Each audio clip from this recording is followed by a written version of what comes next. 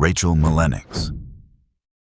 On September 13, 2006, 56-year-old Barbara Malenic's was reported missing from her home in Huntington Beach, California. Barbara worked as a real estate agent and was known in her community as a dedicated professional and devoted mother. When concerned family members contacted authorities, they were told by Barbara's teenage daughter, Rachel, that her mother had been taken during an abduction incident. The story Rachel presented seemed alarming, but difficult to verify. Rachel claimed that unknown individuals had forced their way into the residence and taken her mother, leaving her behind unharmed. However, as investigators began examining the details of this account, inconsistencies emerged. The scene at the home didn't match the description of a forced entry or struggle with outside perpetrators. Detectives grew suspicious of the narrative being presented. Days later, a body was discovered in Newport Harbor. The remains were in an advanced state of decomposition, making visual identification impossible. Forensic examiners faced significant challenges in establishing the identity of the deceased individual. However, they made a breakthrough using an unusual method: serial numbers on breast implants recovered from the body. These numbers were traced back to Barbara Malenic's, confirming the worst fears of her family. The autopsy revealed Barbara had sustained 52 stab wounds inflicted with a butter knife. The medical examination confirmed this was the cause of her passing. The extensive nature of the wounds suggested a prolonged and frenzied attack. Investigators now knew they were dealing with a homicide case, and the implausible abduction story told by Rachel became the focus of renewed scrutiny. Under questioning, Rachel's story began to unravel. Detectives noted contradictions in her timeline and details that didn't align with physical evidence from the home. Eventually, Rachel admitted her involvement in her mother's passing. She revealed that her 21-year-old boyfriend, Ian Allen, had been present during the incident. The motive centered on Barbara's disapproval of Rachel's relationship with Allen. Barbara had threatened to send Rachel to live with her father, an ultimatum that triggered the tragic events.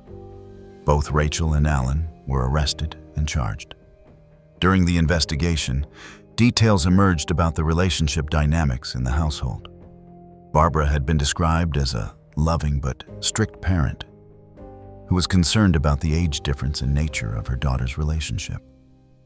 Family members later shared that Barbara had been trying to protect Rachel from what she perceived as an unhealthy situation.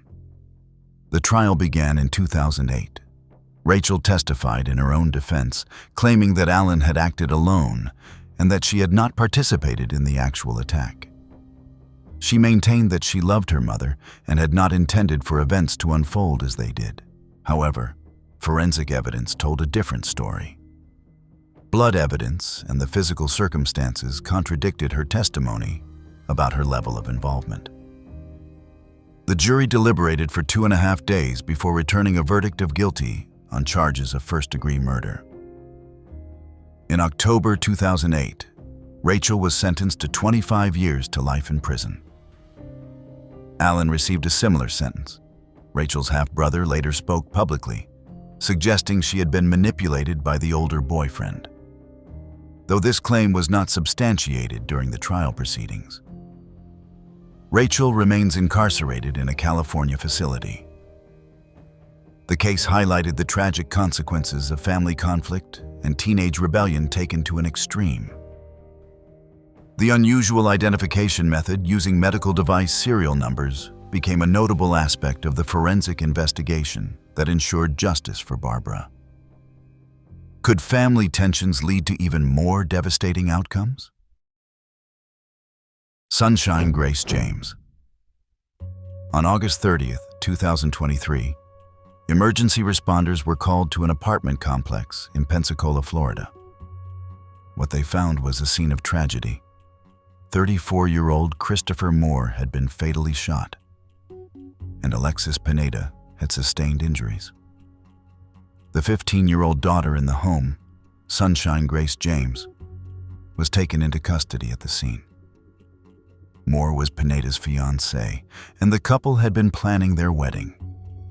They lived together with Pineda's daughter in what appeared from the outside to be a blended family, working toward a future together. However, beneath the surface, tensions had been building within the household. The exact nature of these disputes has not been fully detailed in public records, but they appear to have centered on family dynamics and relationships. Forensic examination confirmed that Moore had died from gunshot wounds.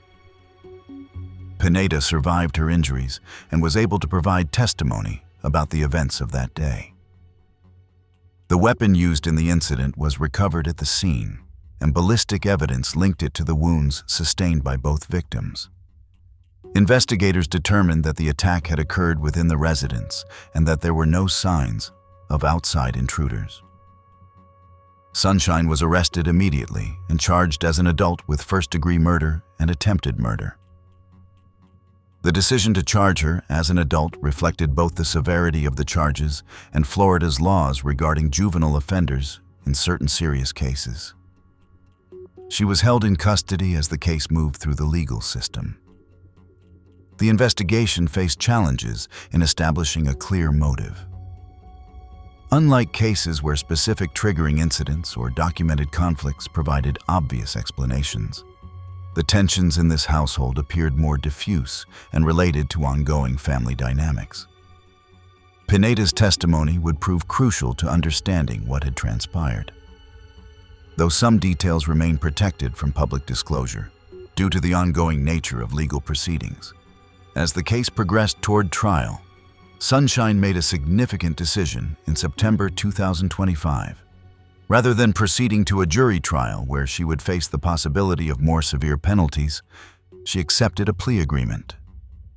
She pleaded guilty to second-degree murder and attempted murder, charges that carried substantial prison time but removed the risk of a life sentence without the possibility of release. In a court appearance in August 2025, Sunshine indicated she was prepared for trial, though ultimately the plea agreement was reached instead.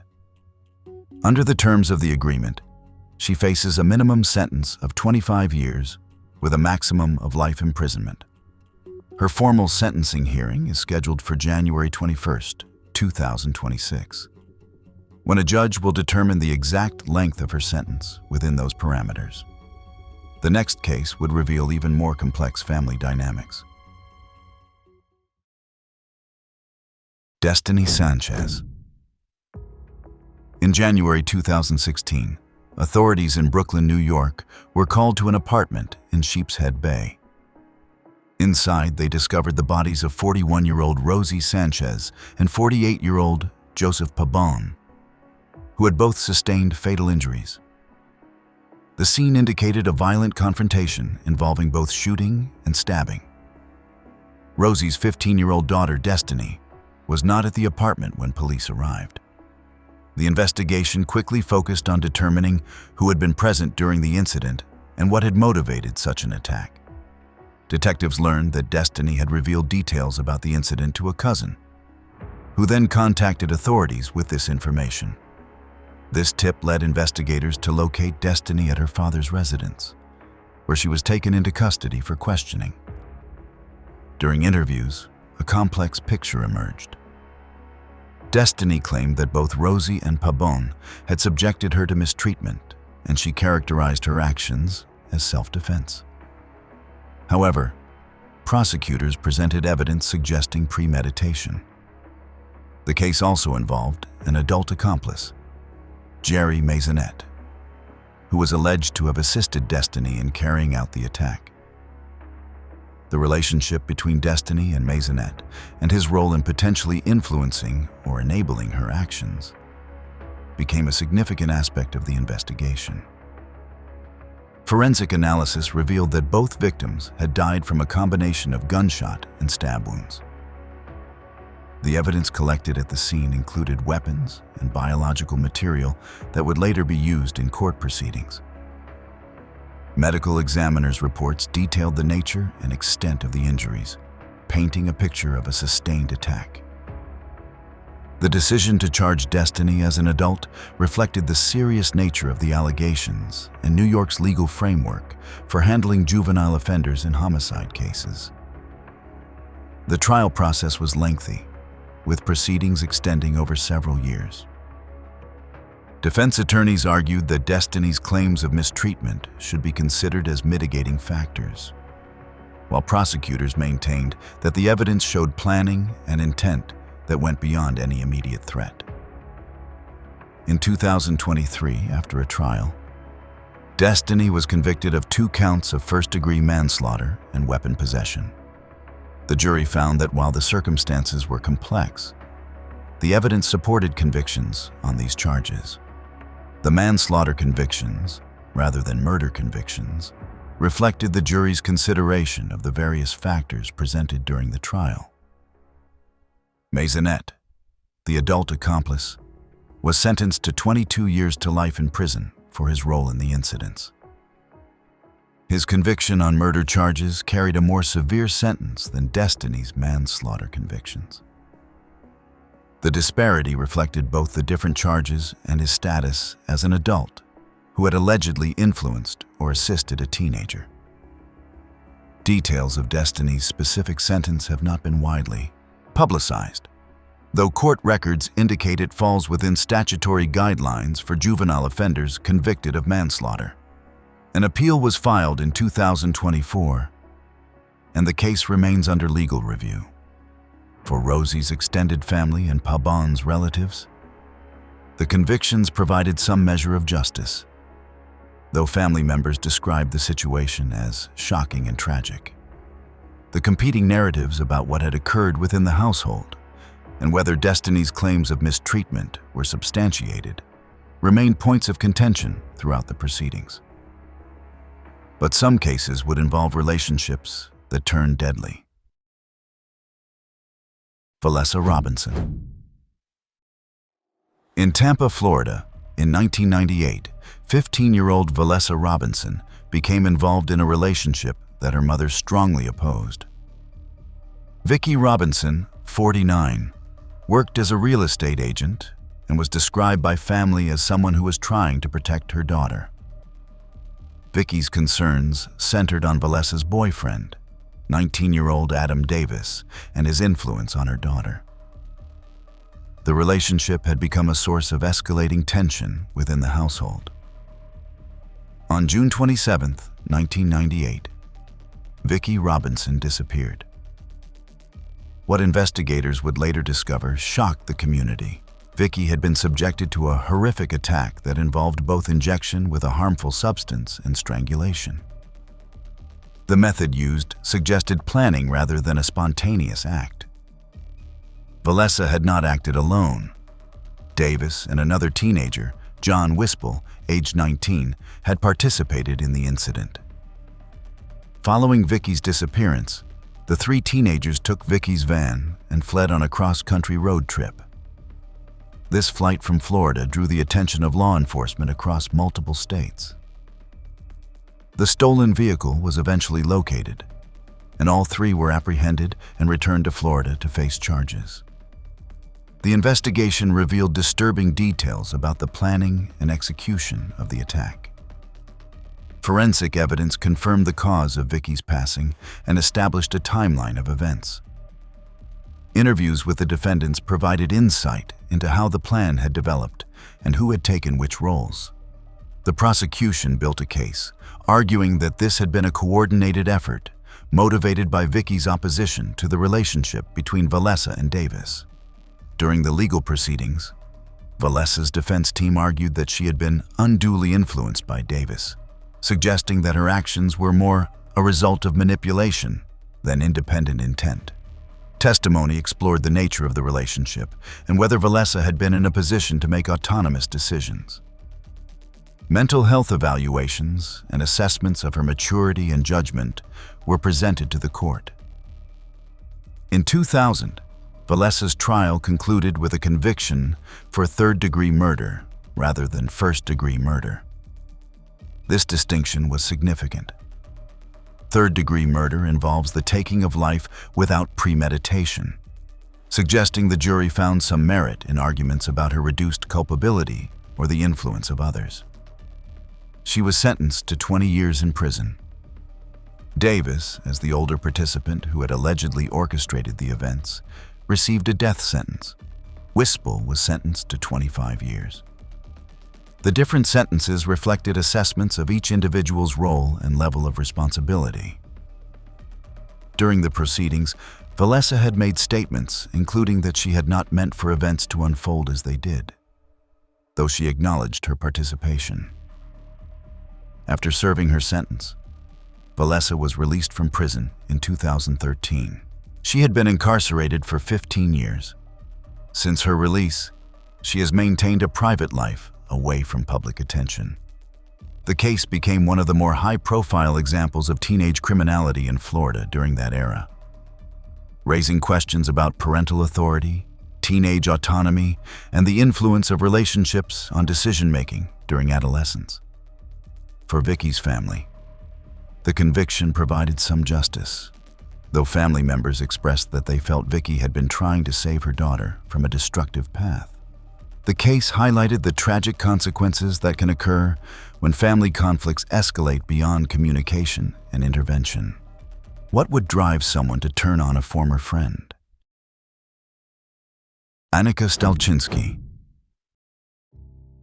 In Newark, Delaware, in 2020, 18-year-old Annika Stalczynski became involved in a situation that would result in the loss of a young life. The victim was 17-year-old Madison Sparrow, who had previously had a relationship with Annika's boyfriend, Noah Sharp. The past connection between Madison and Sharp had apparently created tension and jealousy that festered over time. On the day of the incident, Madison was lured to a park under false pretenses. What Madison believed would be a meeting or conversation turned into an ambush. Sharp attacked Madison, using a skateboard as a weapon to inflict severe blunt force trauma.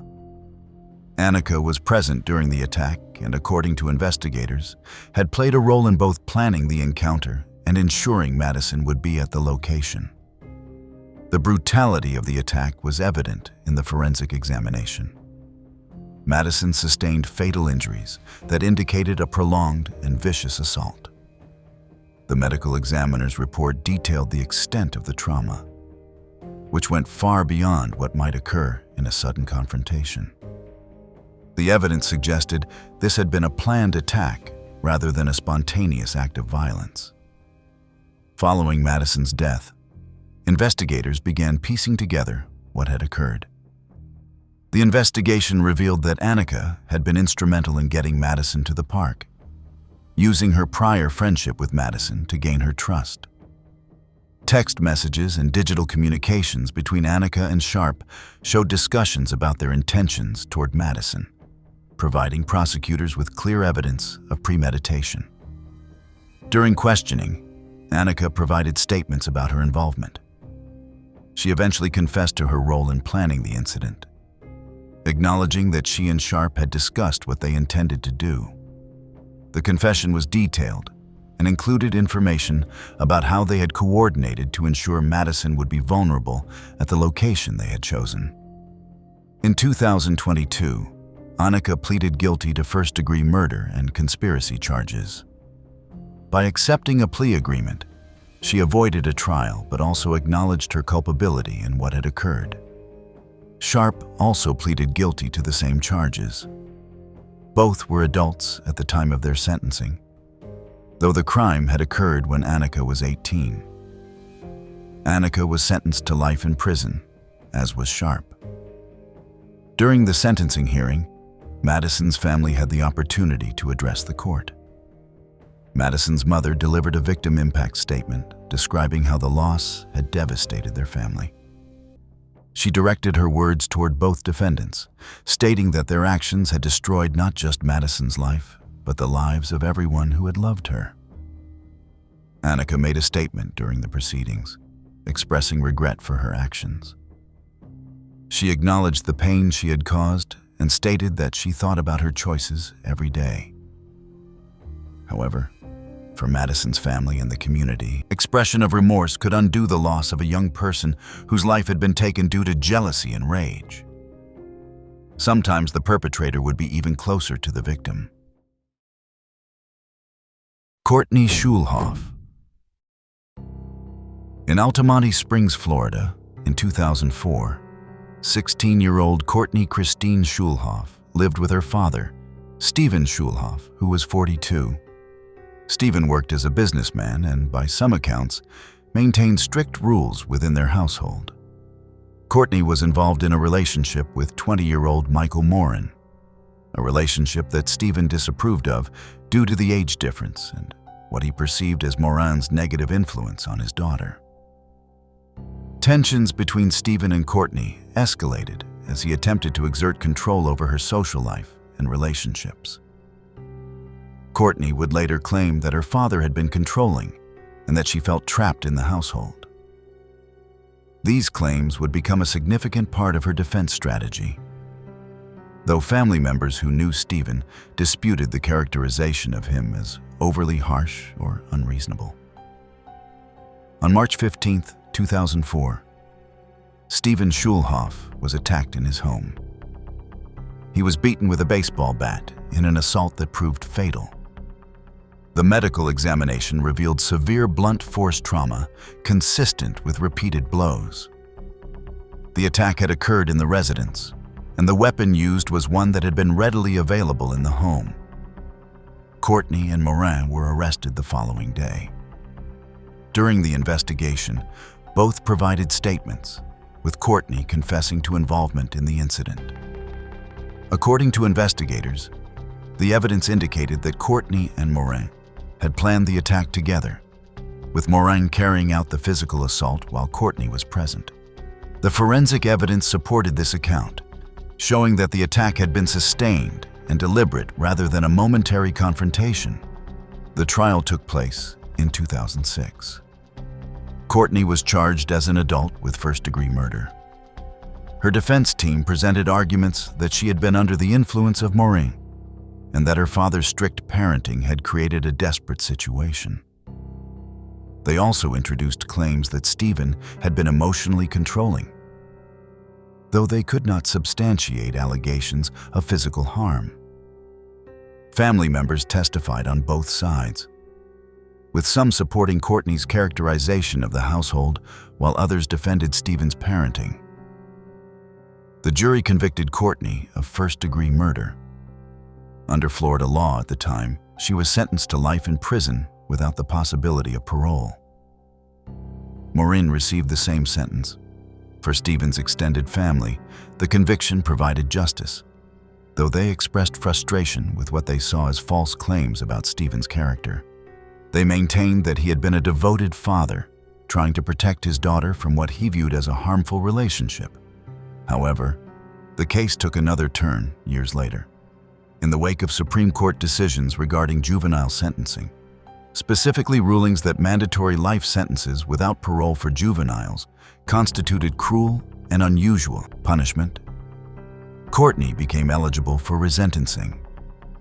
In 2017, more than a decade after her original conviction, she appeared before a judge for a new sentencing hearing. At the resentencing, Courtney was given a sentence of 40 years in prison. This meant she would eventually become eligible for release, unlike under her original life without parole sentence. The resentencing reflected evolving legal standards regarding juvenile offenders and recognition that teenagers' brains are not fully developed, particularly in areas involving judgment and impulse control. Courtney remains incarcerated in Florida. The reduced sentence means she will have served decades by the time she becomes eligible for release. But it also represents a second chance that supporters of juvenile justice reform argue is appropriate for crimes committed by adolescents. For Stephen's family, the resentencing was difficult to accept, as they felt it diminished the severity of what had occurred and dishonored Stephen's memory. Some cases would raise questions about self-defense and the line between victim and perpetrator. Mindy Barigny. In Antwerp, Ohio, in 1995, 16-year-old Mindy Ann Berigny lived in a household that she would later describe as filled with fear and tension. Her father, William Berigny, who was 45, worked as a farmer, and by Mindy's account, he ruled the home with strictness that crossed into something more troubling. The claims she would make about her upbringing would become central to one of Ohio's most controversial cases involving a teenager. Mindy alleged that William had subjected her to physical and psychological mistreatment over many years. She described an environment where she felt constantly threatened and unable to escape from what she characterized as ongoing harm. These allegations would form the basis of her defense strategy, though they would also divide her extended family and the community, with some relatives supporting her claims while others vehemently denied them. On the day in question, in 1995, William Berigny was shot in the head and died from the gunshot wound. Mindy confessed to investigators that she had been responsible for her father's passing. However, the circumstances surrounding the incident and whether it constituted self-defense or something else would become the subject of intense legal debate. The forensic evidence confirmed the cause of William's passing and established the basic facts of what had occurred. During the investigation, Mindy was interviewed extensively, and a protective services investigator who had worked with the family provided statements supporting Mindy's claims of emotional mistreatment. This testimony suggested that professionals who had observed the family dynamics had concerns about the household environment. Mindy's legal team pursued a defense strategy based on battered person syndrome.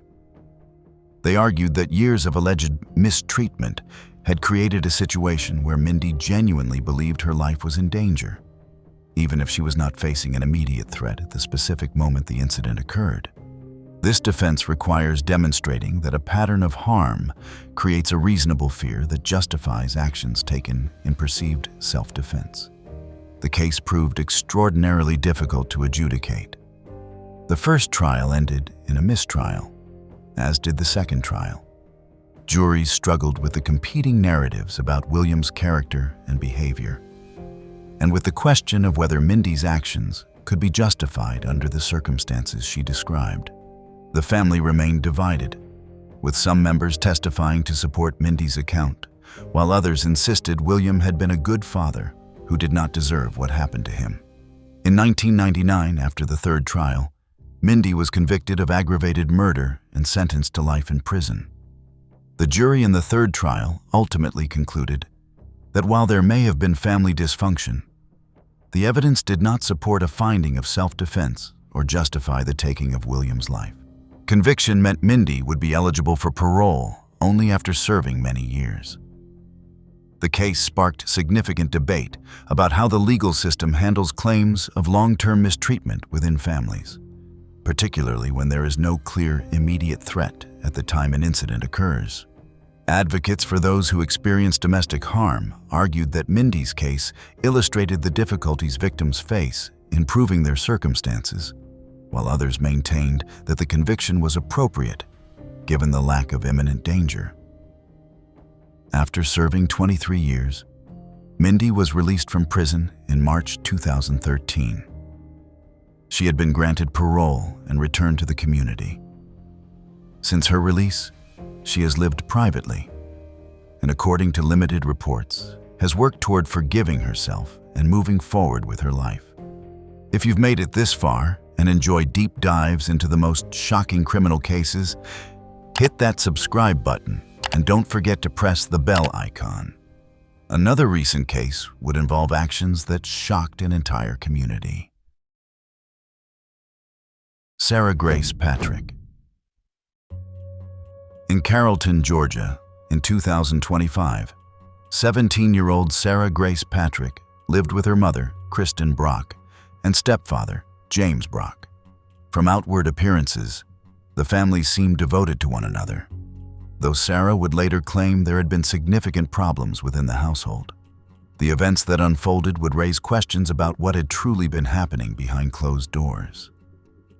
In the early morning hours, Kristen and James were shot while in their bed. Both sustained fatal injuries from gunshot wounds. When authorities arrived at the scene, they found Sarah present in the home. She made an emergency call to report what had occurred, initially claiming she had discovered the scene.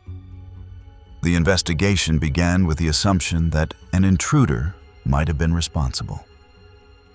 However, as detectives examined the evidence and conducted interviews with family members and others who knew the household, inconsistencies emerged in Sarah's account. The forensic evidence and the circumstances of the scene suggested that the incident had been carefully planned rather than spontaneous. One particularly unusual aspect of the case came to light during the investigation. Sarah had reached out to true crime content creators and influencers, asking them to cover her parents' case. She had also posted content on social media that appeared designed to generate sympathy and support. This behavior struck investigators as highly unusual for someone who had just lost both parents in a tragic incident, and it raised red flags about her possible involvement. Interviews with Sarah's brothers revealed tensions within the family and raised concerns about Sarah's version of events.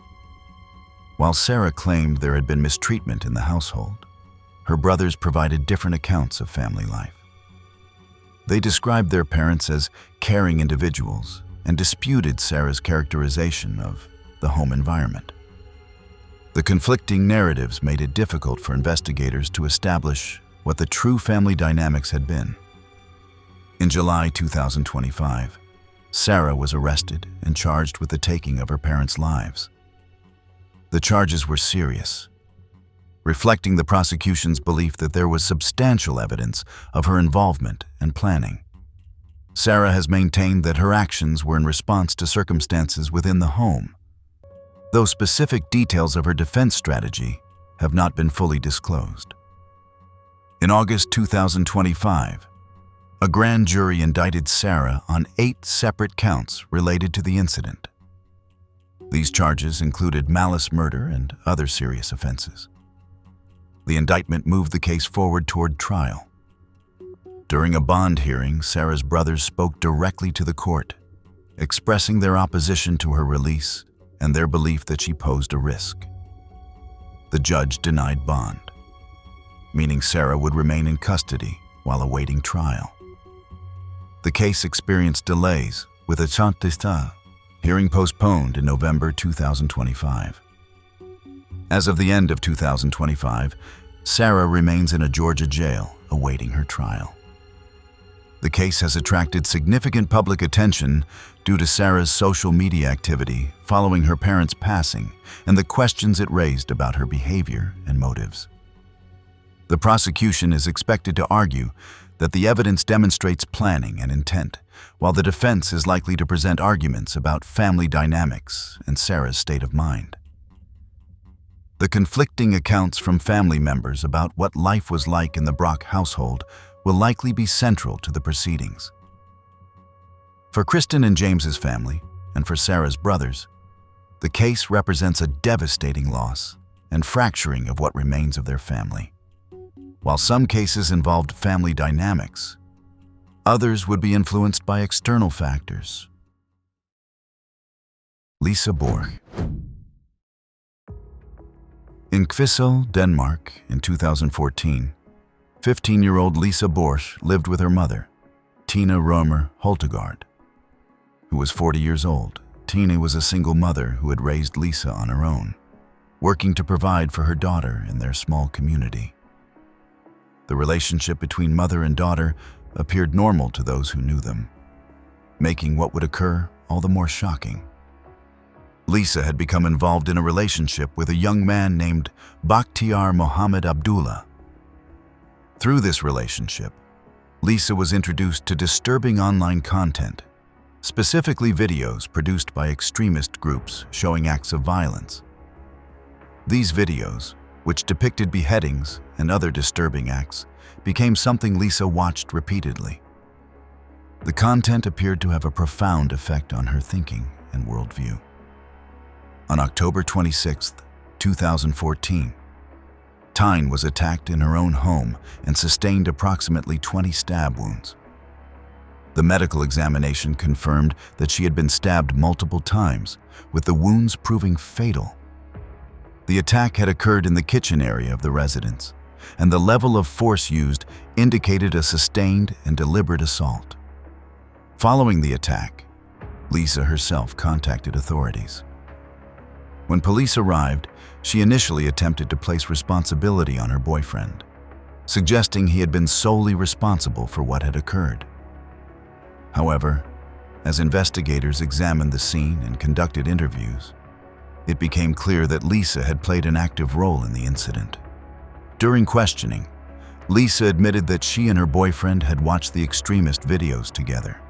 She acknowledged that the content had influenced their thinking and that they had discussed the ideology presented in the videos.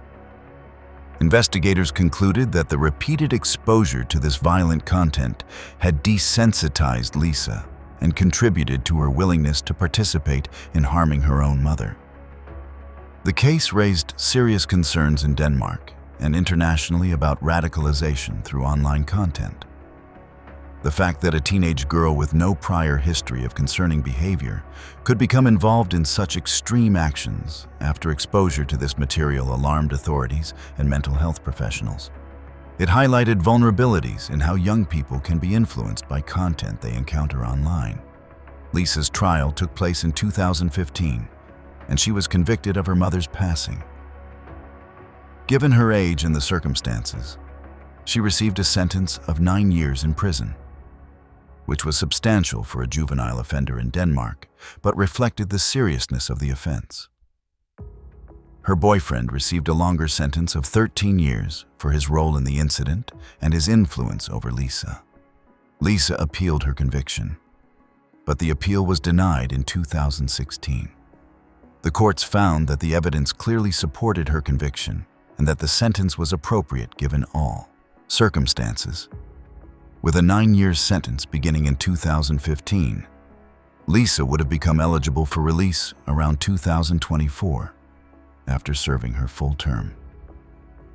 There is no public information about Lisa's current whereabouts or activities following her release.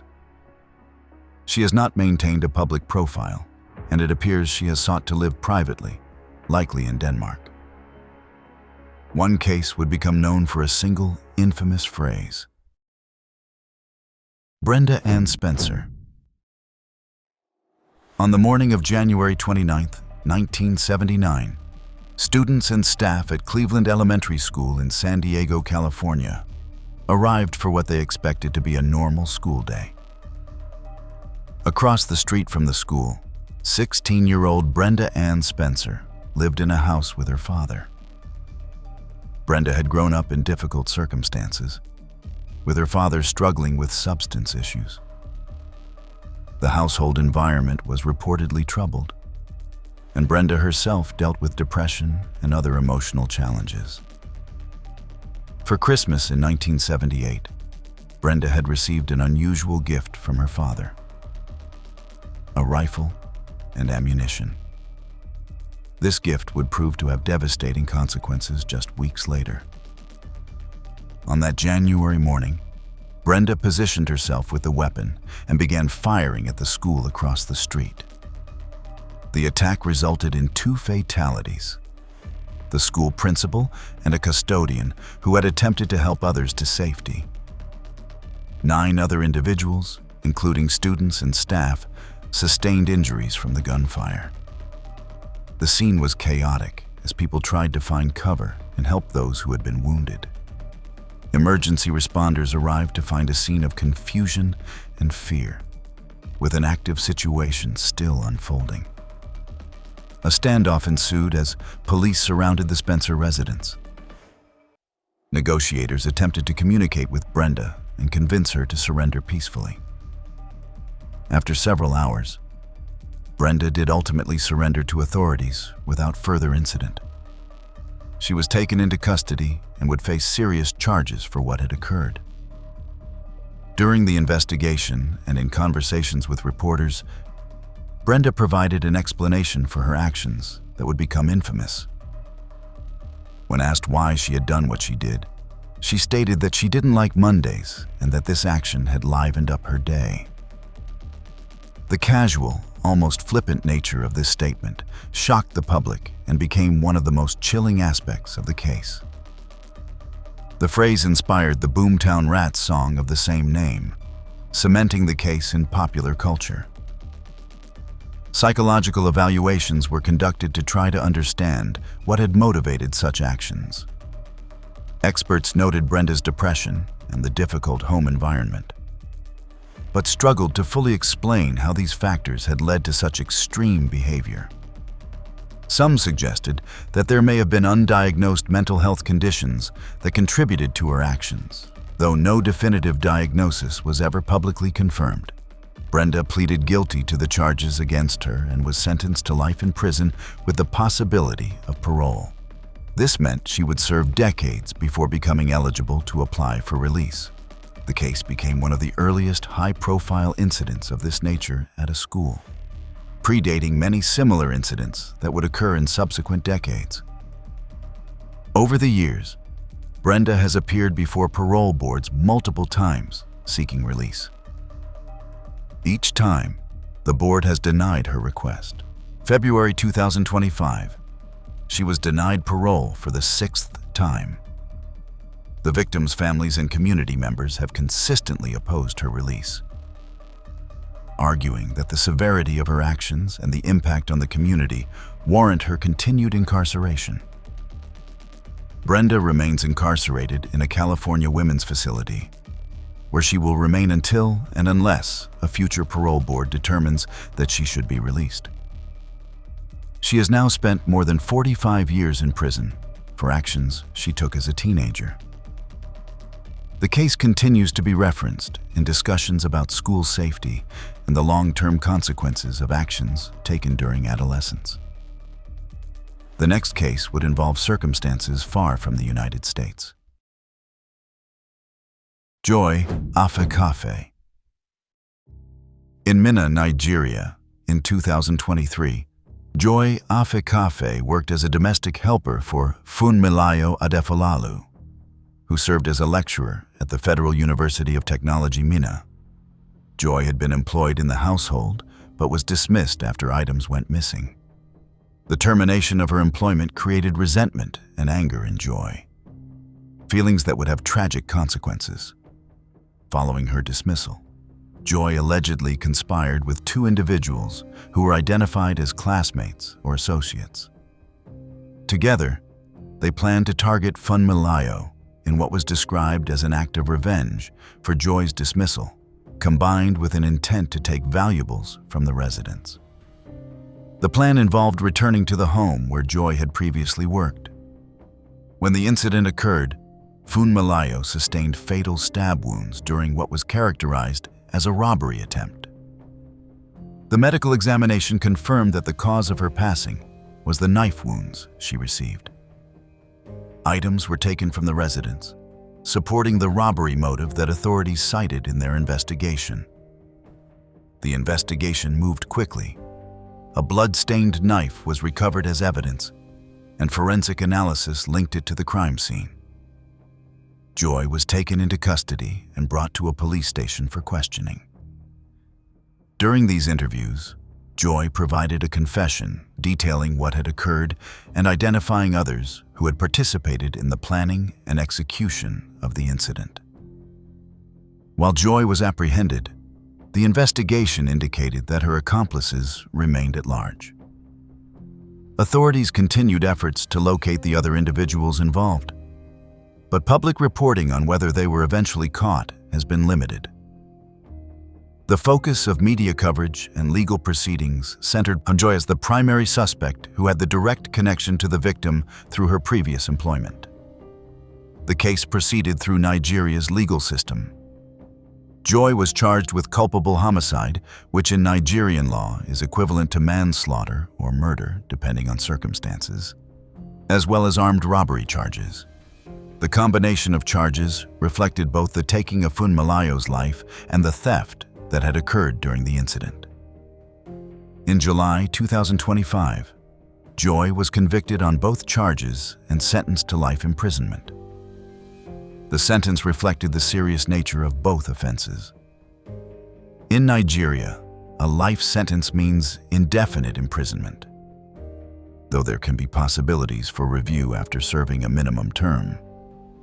The sentencing drew attention as Joy was 16 at the time of the conviction, raising questions about juvenile justice in the Nigerian legal system. Joy is currently serving her sentence in a Nigerian correctional facility. There have been no public statements from Joy or her family since the sentencing, and details about her day-to-day life in prison have not been disclosed. The final case would become one of the most notorious. Krista Pike. In Knoxville, Tennessee, in 1995, 18-year-old Krista Gale Pike was attending a Job Corps Center, a program designed to help young people gain education and job skills. Krista had endured an extremely difficult childhood in West Virginia that included serious trauma and mistreatment. The experiences of her early years had left deep psychological scars and contributed to behavioral issues that would manifest in devastating ways. At the Job Corps facility, Krista became involved in a romantic relationship with a young man. When she learned that this individual had previously been involved with another student at the center, 19-year-old Colleen Slemmer, jealousy and rage consumed Krista. The fact that there had been a past connection between her boyfriend and Colleen became an obsession for Krista, leading her to plan a violent response. On January 12, 1995, Colleen was lured to a secluded area under false pretenses. What occurred next was one of the most disturbing incidents in Tennessee criminal history. Colleen was subjected to a prolonged attack involving beating and cutting. The assault lasted for an extended period, and Krista kept a piece of Colleen's skull as a grotesque trophy. The brutality of the attack and the taking of this trophy shocked even experienced investigators. Krista did not act alone. 2 others participated in the incident, though their level of involvement and sentences would differ from hers. The forensic evidence from the scene was extensive and disturbing. The medical examination detailed the severe nature of Colleen's injuries, which included both blunt force trauma and sharp force wounds. Following the incident, Krista confessed to investigators and provided details about what had occurred. During interviews, she revealed that jealousy over the romantic relationship had been the primary motive. Her statements to investigators showed a disturbing lack of remorse initially, though this would change somewhat in later years. The confession, combined with physical evidence and testimony from her accomplices, built an overwhelming case against her. Krista's trial took place in 1996, and she was convicted of first-degree murder. Given the nature of the crime and the evidence of planning and torture, the jury recommended a death sentence. Tennessee law allowed for capital punishment in cases involving particularly aggravated circumstances, and the judge agreed with the jury's recommendation. Krista was sentenced to death, making her the youngest woman on death row in the United States at that time. Krista has remained on death row in Tennessee for 3 decades. The legal process for capital cases involves extensive appeals and reviews, which have kept her case in the court system.